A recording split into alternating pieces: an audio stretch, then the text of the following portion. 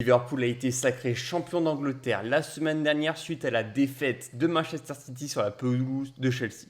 Une victoire à distance que les Reds ont pu célébrer devant leur télévision. Hier soir, c'était l'occasion d'assister à la passation de pouvoir entre Liverpool et Manchester City. Un match qu'on aurait voulu voir comme le dénouement final de cette saison de Première Ligue.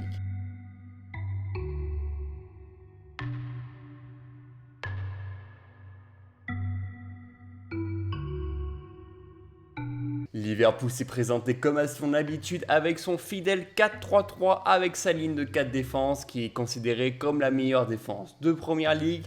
Alexander-Arnold, Robertson et la charnière centrale Joe Gomez associé à Van Dijk. Au milieu de terrain, c'est bien entendu Fabinho, Wijnaldum et Ederson qui vont assurer l'entrejeu. Et enfin, pour lancer les contres, le trio magique Firmino, Mané et Salah. Manchester City a légèrement changé son plan de jeu en jouant plutôt vers un 4-2-3-1 avec De Bruyne à la baguette.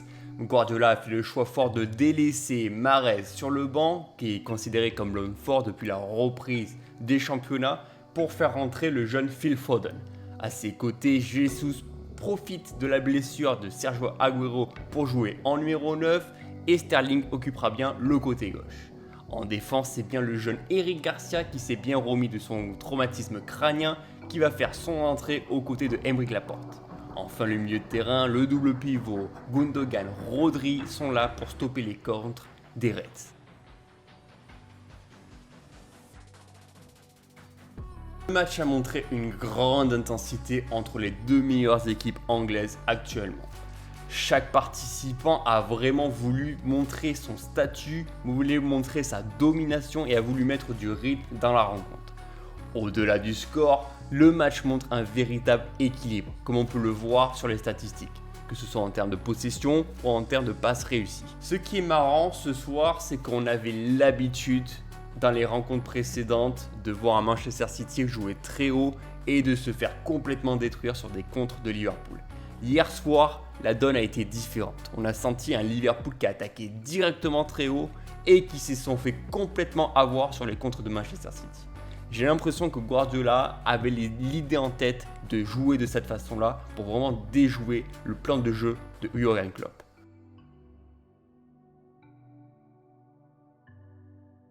Dire que Liverpool n'a pas été bon hier soir est une erreur. Je dirais plutôt que Liverpool n'avait pas la tête à jouer ce match. Ils n'ont pas répondu aux défis physiques que Manchester City leur a proposés. Pourtant, dans le jeu, les longues transversales des deux centraux en destination de leurs attaquants ont été parfaitement bien négociées. Firmino a réussi à décrocher un petit peu plus cette ligne pour que Garcia et Laporte puissent suivre le joueur et laisser vraiment Mané et Salah dans la profondeur.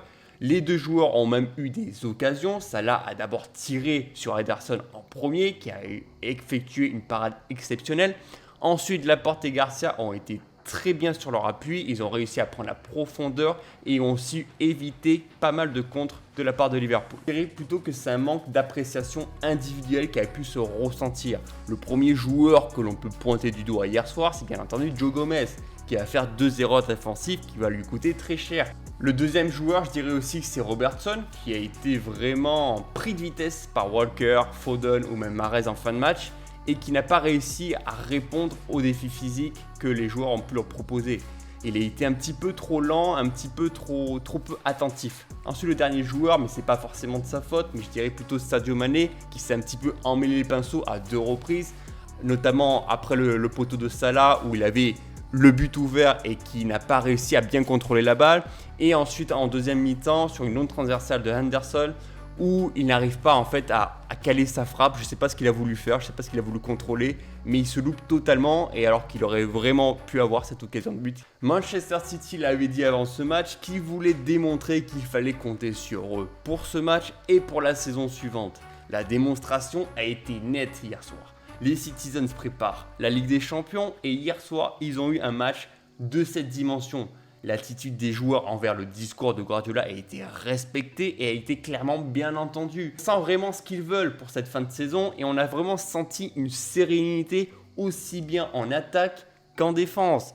Et le choix de Guardiola de mettre en place Foden et Eric Garcia dès le début du match a été important. Et c'est là qu'on peut avoir des regrets. Pourquoi est-ce qu'il s'est entêté depuis le début de la saison suite à la blessure de Laporte à mettre Fernandinho Otamendi en charnière centrale quand tu avais le Eric Garcia qui peut totalement assurer ce rôle?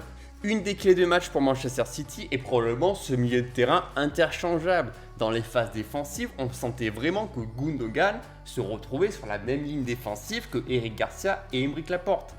Et on savait très bien qu'avec le pressing haut de Liverpool, qui était là vraiment pour empêcher Manchester City de relancer proprement comme ils en ont l'habitude de faire, vous savez, avec ces petits jeux en passe, un petit jeu en triangle qu'ils font régulièrement pour relancer petit à petit tout au long sur la longueur du terrain. L'apport de Gundogan a été vraiment appréciable à ce niveau-là. Ensuite, dans les phases offensives, on a senti que Gundogan remontait sur la même ligne que Rodri, permettant ainsi à De Bruyne de jouer en milieu offensif, voire même second attaquant. Et c'est même le Belge qui a vraiment lancé les contres des Citizens. Il faut savoir que 3 des 4 buts de Manchester City sont vraiment partis de lui. C'est lui qui a vraiment, de par sa vision, de par sa qualité de passe, qui a vraiment amené le danger pour Manchester City. Ce match sans enjeu a tout de même été intéressant à regarder. Il y a eu du rythme, de l'intensité, des occasions, des buts. Ça a été vraiment spectaculaire.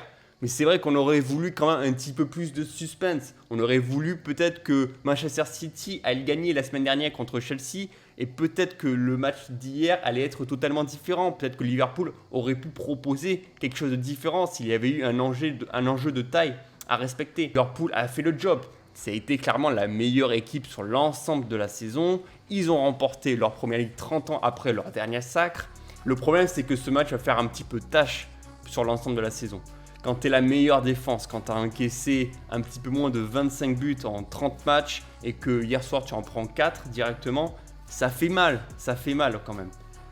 Dans ce genre de match, quand tu te bats contre l'ancien champion de Première Ligue, tu essayes un petit peu de limiter les dégâts et tu essayes vraiment de répondre aux attentes. Liverpool n'a plus rien à jouer pour la suite, si ce n'est vraiment essayer d'aller chercher des nouveaux records. Le record de points, le record de victoires, tout ce genre de choses qui peuvent faire rentrer un petit peu plus les Reds dans l'histoire. Pour City, c'était plus une préparation aux grandes échéances. On sait qu'ils vont jouer la FA Cup dans 2 semaines, la Ligue des Champions début août.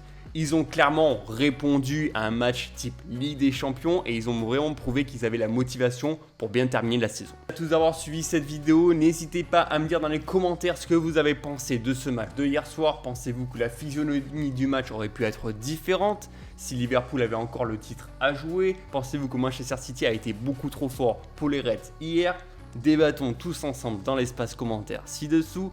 N'hésitez pas d'ici là de vous abonner à ma chaîne, bien entendu, de me suivre sur mon Twitter qui s'est affiché déjà ci-dessous. Et on se retrouve très bientôt pour une prochaine vidéo. Salut!